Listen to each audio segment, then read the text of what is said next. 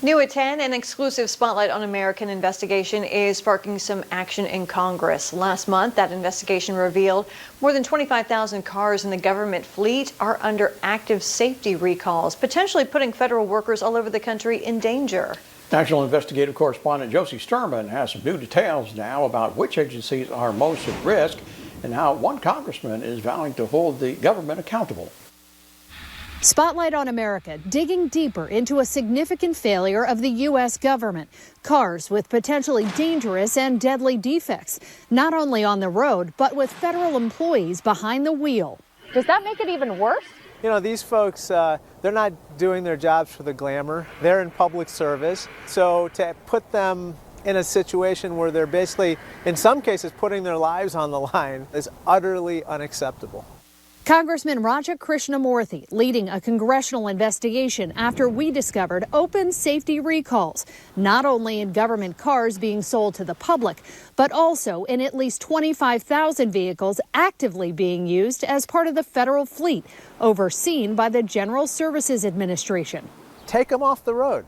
They have no business being on the road. If they were so dangerous that they were subject to recall, then they shouldn't be driven at all. Yet these cars are being used, driven by federal workers in 45 different agencies across the nation. After obtaining vehicle ID numbers for the entire GSA fleet, Spotlight on America ran them through the Vehicle Recall Search Service, a tool developed by Carfax and the Alliance for Automotive Innovation. Mining that data, we discovered the military is most at risk, with more than 5,000 cars used by the Army with open safety recalls. The Navy has 3,500 recalled vehicles on its roster. Even the Secretary of Defense's office has problems, with more than 600 recalls. Other federal agencies topping the list include the Departments of Energy, Homeland Security, Veterans Affairs, and Interior.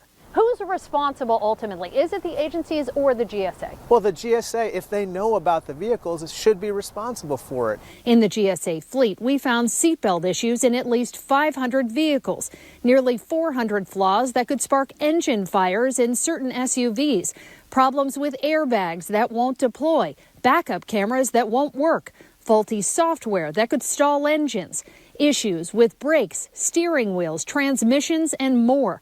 The GSA basically passes the buck, telling Spotlight on America it provides agencies with the information it needs to address recalls in a timely manner, saying they're in the best position to resolve them.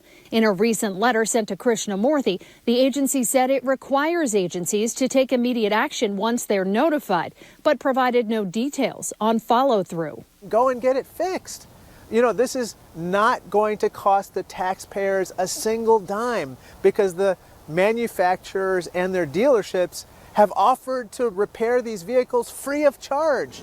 Legislative action may be needed, Krishnamurthy says, if they don't, saying he's looking for allies in the Senate to take up this issue after the holiday. We'll just keep pushing until we get it through Congress and to the president's desk. I'm Josie Sturman for Spotlight on America. Is there a story you think we should investigate? Call our Eyewitness News tip line at 869-2929.